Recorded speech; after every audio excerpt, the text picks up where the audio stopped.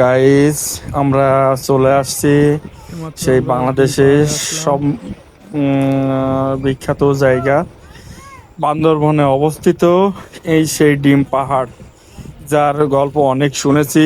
আমরা দেখতে চলে আসছি।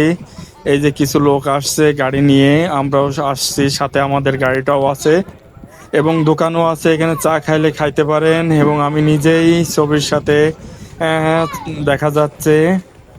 আপনারা এখানে ভ্রমণ করলে অনেক সুন্দর এবং অনেক সুন্দর জায়গা, যা পৃথিবীর সবচেয়ে অনেক উঁচু জায়গা আর কি, যা দেখলে আপনাদের মন ভরে যাবে।